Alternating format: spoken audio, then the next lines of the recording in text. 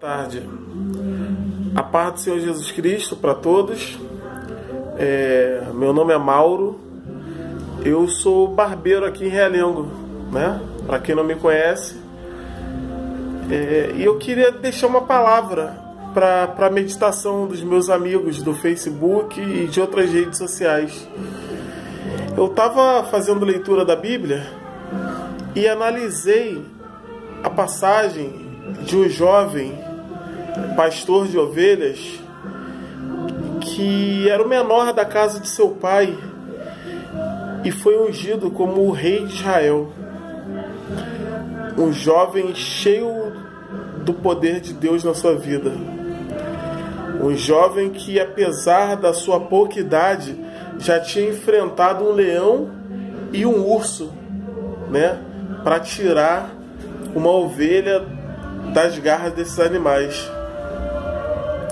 E eu, analisando a Bíblia, vi que esse jovem, no decorrer da sua fé em Deus, ele enfrentou até mesmo um gigante, né? Para quem lê a Bíblia sabe que ele enfrentou até um gigante chamado Golias.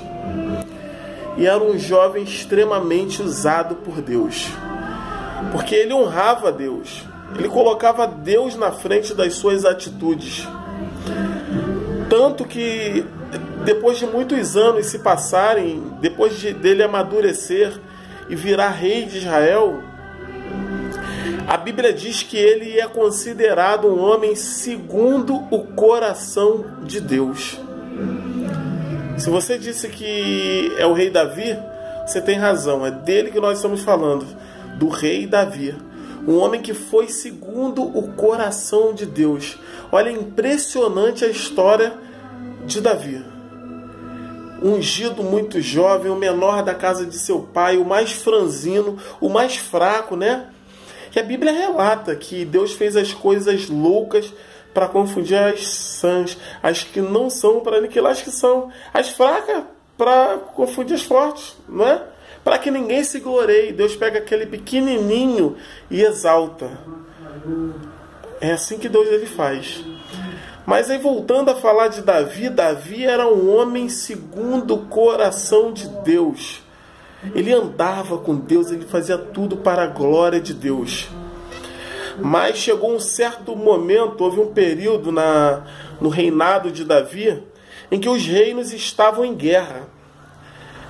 E quando os reinos estavam em guerra, era de costume os reis irem à frente da batalha. Os reis estarem acompanhando os soldados na batalha. Só que esse rei, ele cometeu um deslize na sua caminhada. Ele não foi para a batalha. Ele ficou no palácio de folga. Ele relaxou, ele decidiu não ir para a guerra.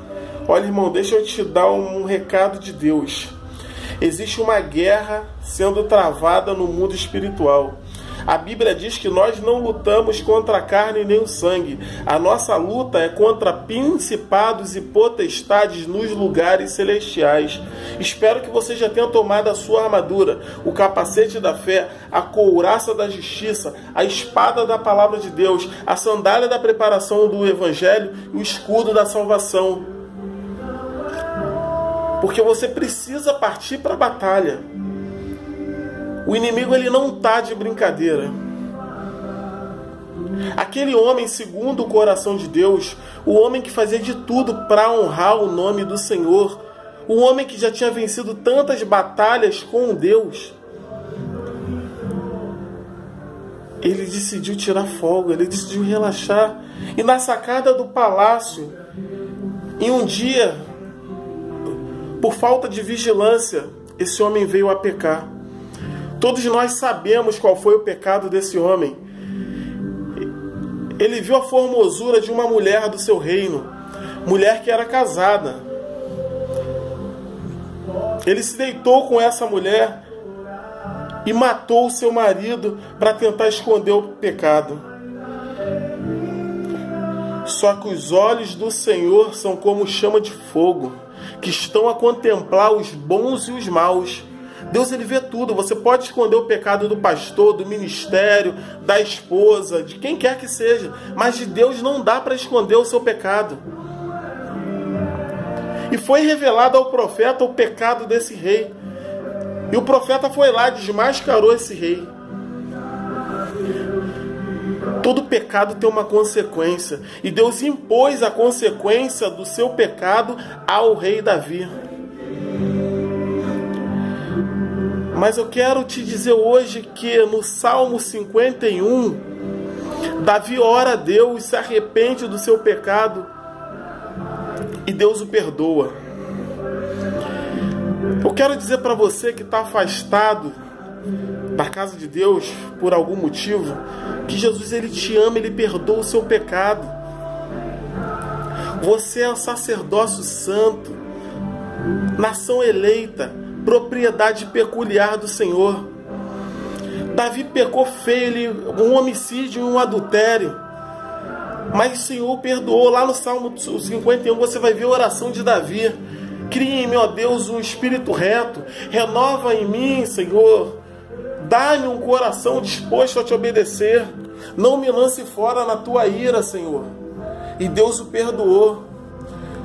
Eu não sei o que você fez, se você pecou, o que te afastou da presença de Deus, mas eu quero te dizer, meu amado, que é momento de você voltar, é momento de você renovar a sua aliança, procurar uma igreja mais próxima e voltar para Jesus, porque Ele te ama, Ele está disposto a te perdoar. Davi pecou na época da lei, e você vive hoje pela graça. A graça significa favor imerecido. Eu não mereço, você não merece, mas Jesus nos ama.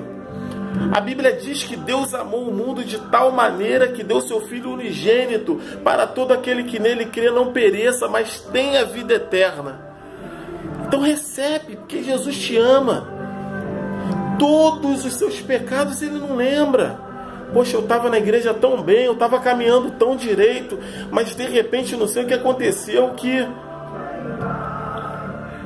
volta. Não deixa o inimigo te acusar, te frustrar. O inimigo de nossas almas, ele quer isso. E para você que está firme na caminhada, não desanime, continue constante, sempre abundante na obra do Senhor, que Deus, ele vai te honrar. Continue, persevere, Deus é contigo. A paz do Senhor Jesus Cristo para todos.